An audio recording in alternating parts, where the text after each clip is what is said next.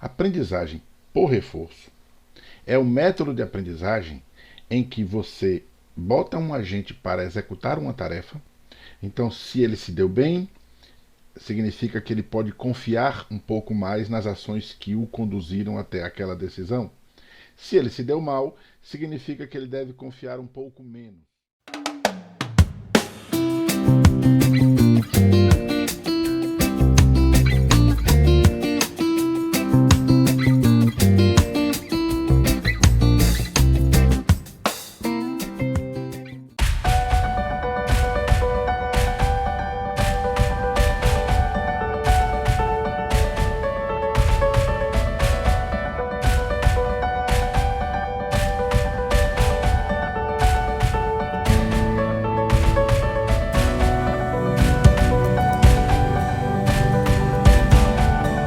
Bom dia, boa tarde, boa noite, eu nunca sei se você está vendo esse vídeo de dia, ou de tarde, ou de noite.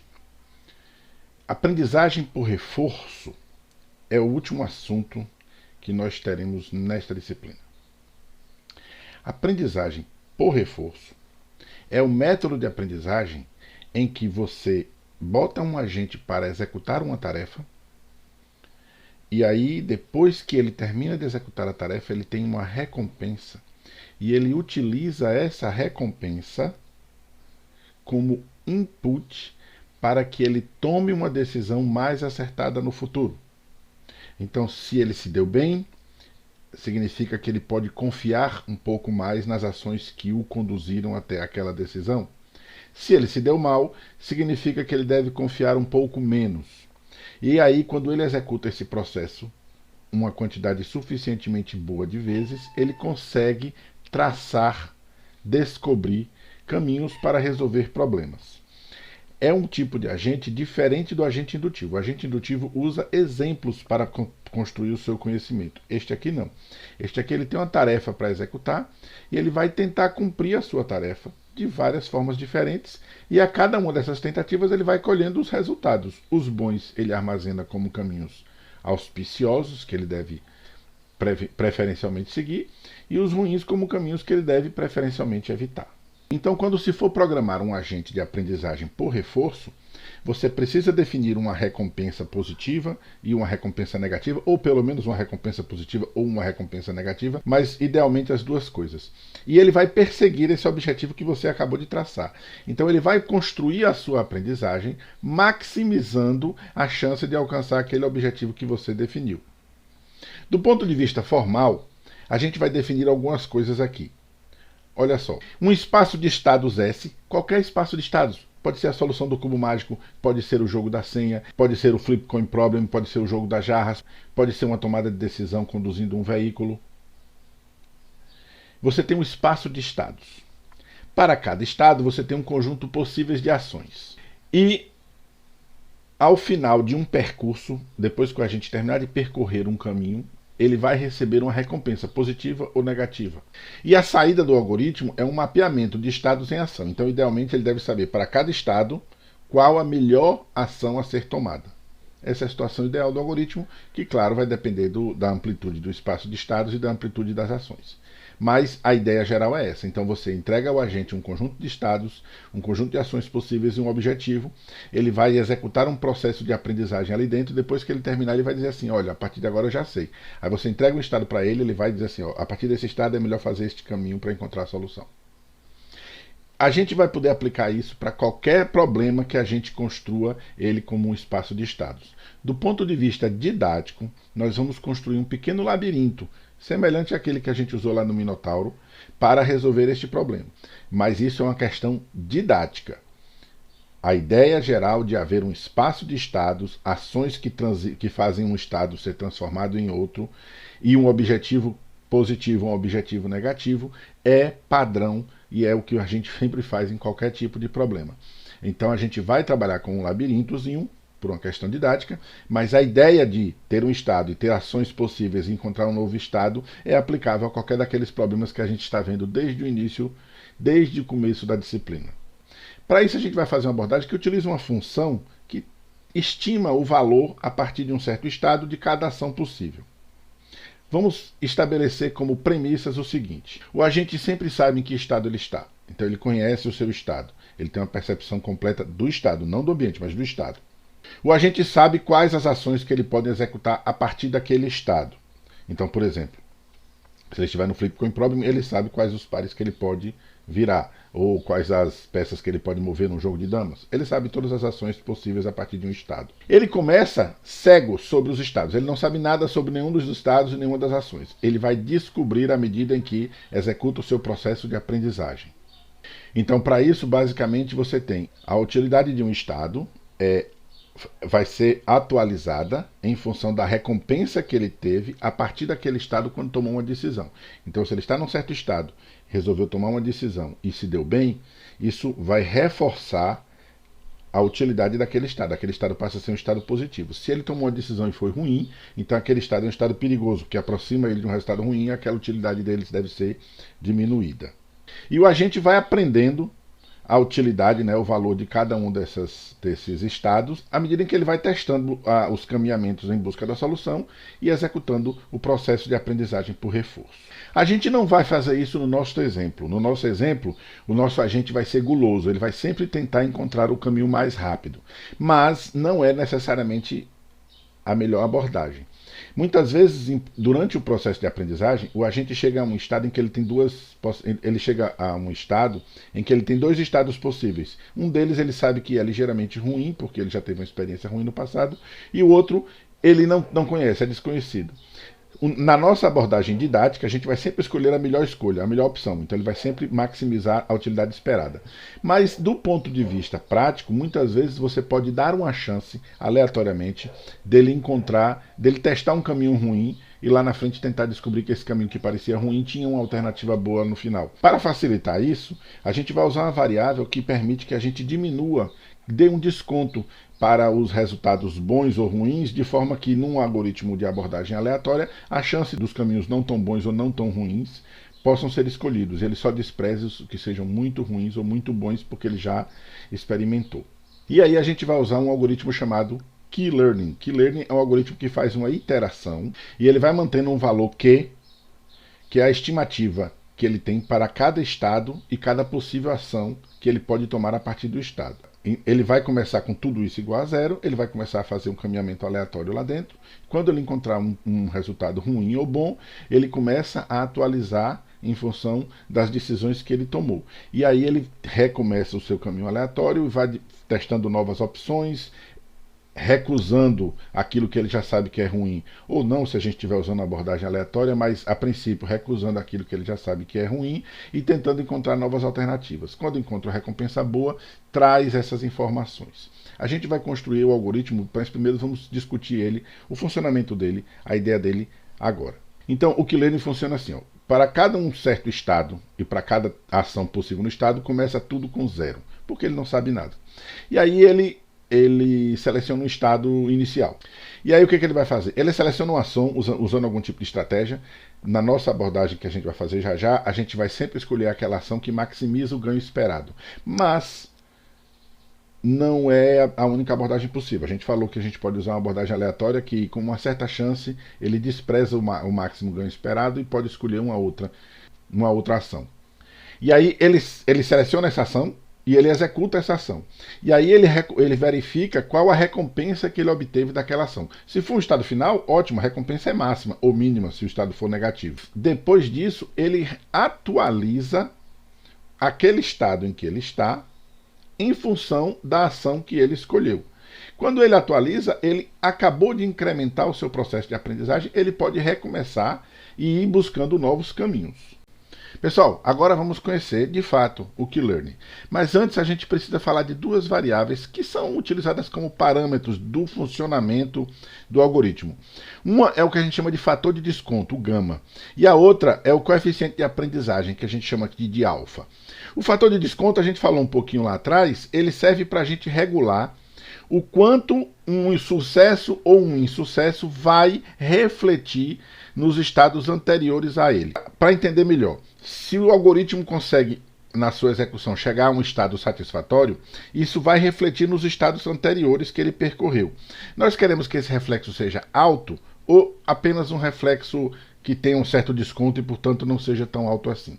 Isso faz diferença quando a gente faz uma execução aleatória, em que o algoritmo, em que o agente não necessariamente seleciona a ação que maximiza a utilidade esperada, e sim ele dá uma chance para que ações que minimizem pouco possam ser selecionadas em troca de ações que maximizem pouco. Note que se você regular o alfa para deixar o desconto muito alto, todas as ações ou vão minimizar muito ou vão maximizar muito e a aleatoriedade não vai funcionar muito bem. Então, a gente usa o gama, esse fator de desconto, justamente para sintonizar o quanto de aleatoriedade a gente quer que seja introduzido. Na nossa abordagem aqui, de exemplo, a gente não vai ter aleatoriedade. A outra variável é o alfa. O alfa é o coeficiente de aprendizagem. Na verdade, o alfa é o seguinte: se você aproxima o alfa de 1, então o algoritmo ele tende a conseguir encontrar os valores mais rapidamente. Porém, ele vai ter um resultado de aprendizagem provavelmente menos acurado. Se você regula o alfa mais baixo, então ele tende a encontrar os valores em menos velocidade, porém, quando ele terminar o processo, apesar de fazer mais iterações, ele vai ter um conhecimento um pouco mais acurado. E aí a gente sempre regula essas variáveis. Na nossa implementação, nós vamos utilizar um alfa igual a 0,1. A literatura recomenda que utilize o alfa perto de 0, então vamos usar 0,1. E o gama a gente vai usar 0,5 porque a aleatoriedade para nós não vai ser importante. E a gente agora pode entender como é que funciona o Q-Learning. Lembra? Nós vamos usar o exemplo do labirinto, mas o exemplo do labirinto nos serve porque nós temos estados e ações que transformam os estados.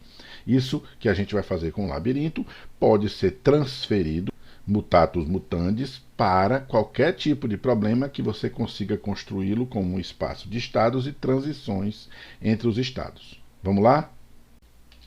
Então, pessoal, vamos começar a execução, tá? Lembrando que é um labirinto que vai representar um espaço de estados, porque um labirinto tem cada caixinha dessa é um estado, cada possível ação para cima, para baixo, direita ou esquerda é uma ação que transforma um estado em outro estado. Então, didaticamente, a gente vai usar o labirinto, mas qualquer problema que a gente construa espaço e ação para mudar de espaço se encaixa nesta solução aqui.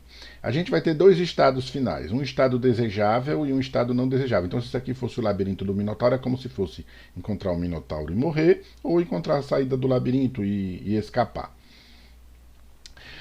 Quando a gente executa o algoritmo, ele começa a explorar o espaço de estados, zerando tudo. Então, ó, tudo aqui está vazio. Cada fronteira dessa aqui, ó, nesse estado para esse estado, tem essa fronteira. Então, essa fronteira, na verdade, é desse estado para a direita, eu consigo chegar a este estado. Deste estado para a esquerda, eu chego nesse estado. Cada uma dessas fronteiras pode ter uma utility associada, deste lado e deste lado. Então, se eu descubro um valor de utility para este estado virar à direita, ela vai aparecer aqui. Quando não aparece nada, é zero, porque lembra, o algoritmo começa com tudo igual a zero, quando ele não conhece nenhum dos estados possíveis. Então, todos os valores ele assume que sejam iguais a zero. De um modo geral, o algoritmo ele começa a gerar caminhos aleatórios. Aqui nesse caso, por exemplo, ele tem 4 ações possíveis, mas 2 delas produzem o mesmo estado. Então, a princípio, ele escolheria uma dessas 2 como ações, digamos assim, válidas. E algumas implementações consideram que a probabilidade aleatória dele selecionar um caminho ou outro é proporcional, mas não garantida. É uma probabilidade em função da utility. Então, se ele tem um utility aqui e um utility diferente aqui, a probabilidade dele selecionar a maior delas é mais alta do que ele selecionar a outra. Esta é uma implementação possível. A nossa, que a gente vai usar por motivos didáticos, ele vai sempre escolher a melhor utility. Então, se ele encontrar um caminho em que a utility aqui, por exemplo, a princípio é 0 para um lado e 0 para o outro. Mas se ele encontrar um caminho em que seja 0 para um lado e algo diferente de 0 para o outro, então ele vai saber escolher qual das duas é melhor e vai sempre escolher a melhor, apenas para simplificar didaticamente a implementação. Então vamos lá, ele começa aqui, nesse caso não tem nenhuma preferência, ele aleatoriamente sorteia, vamos supor que ele sorteia aí para a direita. Aqui também não tem muita... Bom, a gente vai também assumir que ele não escolhe retroceder para um estado que ele já visitou em cada uma das viagens. Você vai ver que ele faz várias iterações, em cada iteração ele faz um passeio até encontrar um dos estados, tá? Então em cada um dos passeios ele não volta para o estado anterior, vamos supor assim, a princípio. Então ele faz uma escolha. Ele caminha para esse lado. Aqui ele vai fazer uma nova escolha, aí ele vai acabar caminhando para a direita de novo. Aqui ele tem aleatoriamente a chance de ir de novo para a direita ou para cima. Vamos supor que ele escolha ir para cima.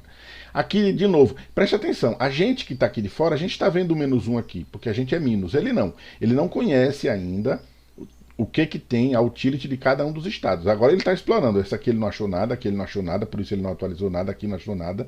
Agora aqui, se ele escolher virar à direita, e a gente vai forçar ele a fazer isso, aí ele vai descobrir um estado final indesejável. Ele sabia que esse estado existia, mas ele não sabia o que tinha lá dentro. Agora vamos supor que ele virou à direita. Então ele acabou de descobrir um estado final indesejado. Esse estado final indesejado traz uma recompensa igual a -1. Então aqui, ó, R vai ser -1. Além disso, ele vai atribuir para a utility desse estado o valor da recompensa que ele acabou de obter. Então, a recompensa dele é -1. Outros estados que não têm recompensa associada, a utility vai desconsiderar a recompensa porque não tem recompensa. Mas neste caso, ele tem uma recompensa igual a -1. O que dessa utility aqui, ó, é -1. E aí ele vai recalcular. Peraí, então, deste estado aqui, quando eu virei à direita, ou seja, nesse estado S, escolhi a ação virar à direita, eu cheguei a um estado cuja recompensa é -1 e a utility desse estado novo que eu produzi é -1. Então, -1 vezes o gama, 0,5, menos 0,5. A recompensa é -1, menos 1,5. Alfa, que é 0,1, vai menos 0,5. Neste caso de cá, ó, como a utility do estado atual que ele tinha era 0, isso aqui vai dar 0. E ele vai assumir, portanto, que a utility deste estado, ação virar à direita, é menos 0,15. Pronto. Ele executou a primeira iteração do seu processo de aprendizagem. Ele vai começar tudo de novo. Ele volta para o mesmo estado e volta a tentar aleatoriamente, a não ser que tenha um caminho diferente, mas a princípio aqui é 0 e 0, então aleatoriamente ele vai, sei lá, vamos supor que ele escolhe a direita de novo, aqui para não retroceder, torna aí a direita. Agora aqui, ó, ele olha para esse estado que ele já visitou e ele sabe que aqui tem uma utility diferente de 0. Lembra? A utility aqui é menos 0,15. Qual que é a utility diferente de 0? A maior delas vai ser a que ele vai considerar, o maior valor absoluto. Então, menos 0,15. Menos 0,15, portanto, passa a ser a utility desse estado. Então, daqui e para cima é menos 0,15. Então, ele vai recusar ir para cima, porque ele já sabe que a utility aqui é negativa e aqui ele não tem valor para essa utility ainda, portanto, por enquanto é 0. E agora que ele sabe que essa utility menos 15 é negativa, quando ele aplicar, ó, não tem recompensa, mas tem um Q de T. Então, nesse estado aqui, estado S aqui, a ação ir para cima, ele produz um novo estado cuja recompensa é menos 0,15. Então, ele pode usar e recalcular. Então, neste estado ir para cima, se você fizer as contas aí, vai se divertir com elas, menos 0,0075. Então, ele agora já sabe que neste estado ir para cima, a utility é menos 0,0075. E ele vai, portanto, escolher ir para a direita. Chega aqui à direita, bom, ele já visitou esse estado. Então agora ele sabe que se ele for para cima, ele chega no estado que tem uma utility menos 1 e tem uma recompensa menos 1. Portanto, ele já sabe calcular qual é a utility de estar neste estado e ir para cima. Então, o QSA é se esse estado, a ação ir para cima, é menos 0,15. A conta, na verdade, é a mesma. E ele terminou a sua segunda iteração fazendo um caminho de busca pelo espaço de solução. Ele vai começar de novo, aqui de novo aleatoriamente ele pode escolher um ou outro, vamos supor que ele venha à direita, aqui ó, acabou de chegar agora no estado, se ele for para a direita vai dar uma utility negativa, menos 0,0075. Então ele já sabe, daqui para a direita, pega o menos 0,0075, aplica aqui ó, é o que desse T aqui, faz as contas, não tem recompensa, mas faz as contas aí que você vai descobrir que menos 0,00038 é a utility de estar aqui e caminhar para a direita. E aí ele terminou o seu passeio e vai começar mais um. Só que agora na hora de começar aqui, ó, ele já tem uma utility diferente de 0 nesse canto, portanto ele vai recalcular da mesma forma, e aí vai dar 1,9 vezes 10 elevado a menos 5. E aí agora ele terminou o outro passeio sem nem sair do lugar, porque ele agora acabou de descobrir, olha aqui, ó, nesses caminhos todos aqui, ele já sabe o que deve fazer e o que deve evitar. Ele vai continuar o seu processo de iteração, mas agora a gente já sabe que ele não vai mais escolher ir para a direita, então ele só pode escolher ir para cima. Quando ele escolhe, portanto, ir para cima, aqui em cima ele vai encontrar uma situação em que, na verdade, não tem nenhuma novidade, porque ele não conhece o utility para aqui, portanto, nada vai se alterar, o QSA é 0, multiplica 0 multiplicado por isso aqui dá 0. Aqui ele não tem nenhuma recompensa, também não tem nada para somar, então fica tudo 0 aqui dentro, 0, 0, 0. Ele vai, portanto, sortear de novo. Ele não pode sortear para baixo para não repetir, então ele volta a sortear para cima. Aqui ele não pode voltar, não pode ir para cima nem para a esquerda, então ele vai para a direita. Aqui mais uma vez vai para a direita e aqui fica bem legal. Repare só a situação dele. Ele está de novo num ponto onde ele conhece a utility. Aqui ele não visitou ainda, tá? Ele não sabe que aqui é um resultado satisfatório. Mas ele já sabe que para cá não é uma boa ideia. Então ele já sabe que essa utility aqui é negativa. Ele refaz as contas e, portanto, menos 0,05 a escolha de vir para cá. Para cá ele não sabe. Então, já que ele calculou, baseado nessa utility aí, desse estado, ele calculou a utility de estar nesse estado e de escolher para baixo, então ele vai escolher ir para a direita. Quando ele escolher ir para a direita, voa lá, ele achou a saída do cemitério. Nós, que somos o Rei Minos, sabíamos que o Minotauro estava aqui e a saída do labirinto estava aqui, mas ele descobriu agora. Então, acabou de sair do labirinto. E aí ele já sabe, bom, isso aqui, agora ele sabe que aqui tem uma recompensa igual a 1, tem uma utility igual a 1, quando ele aplica a equação, então ele já sabe que neste estado ir para a direita, a utility é 1. E aí ele prossegue, então vamos lá. Começa aqui nesse estado, bonitinho, aqui ele não vai para a direita porque é negativo, então ele vai escolher para cima, aqui ele não vai voltar porque ele não repete o estado, mas aleatoriamente ele escolheria qualquer um, só não volta porque repete o estado, então ele torna ir para cima, aqui para não voltar ele torna ir para a direita, e aqui ele encontra um estado cuja utility já é conhecida.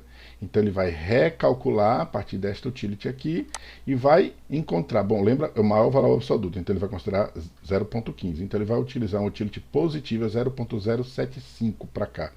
Então está aqui, caminhar para a direita é uma utility positiva 0,075. Ele termina este ciclo e recomeça. A partir daqui ele não vai para a direita, ele vai para cima, vai para cima. Aqui, como já tem utility negativa, ele, portanto, vai descobrir que está nesse estado, caminhar para a direita, já pode ser calculado como 1,9 vezes 10 elevado a menos 5. Terminou o ciclo, começa de novo. Daqui ele não vai para a direita, vai para cima. Tarará, tarará, chega aqui, ó. A utility desse estado permite que ele calcule 9,5 vezes 10 elevado a menos 7. Terminou o caminhamento dele, sempre utility positiva para cá e negativa para cá. Daqui, se ele agora já tem um utility diferente de 0 para cá, ele calcula. E agora, gente, ele terminou. Ele terminou o processo de aprendizagem. Note que se você colocar ele em qualquer ponto, ele sabe o que quer fazer. Por exemplo, se você puser ele aqui, ó, aí ele sabe que para cá é menos 0,15, para cá é menos 0,0075. Então ele vai escolher ir para a direita. Se você puser ele aqui, ele sabe que para cá é 0,15 positivo, para cá é menos 0,075 negativo, então ele vai escolher ir para a direita. Se você puser ele aqui, ele tem para cá 10 elevado a menos 8, para lá 10 elevado a menos 5, então ele vai escolher ir para cima. Então, qualquer ponto que você localizar ele aqui dentro, ele sabe, ainda que eventualmente possa ser aprimorado, mas ele sabe qual caminho seguir para sempre bater neste estado e sempre evitar esse estado aqui. Esse é o processo de aprendizagem por reforço utilizando o algoritmo Key-Learning.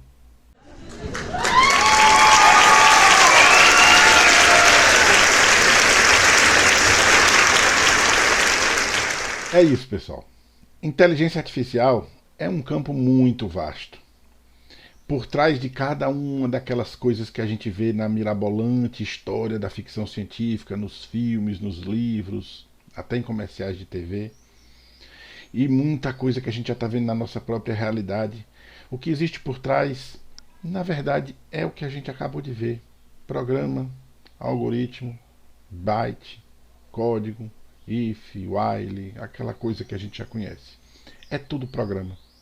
Sempre se lembrem disso. Lembrem da caixa chinesa. Inteligência artificial é só um truque.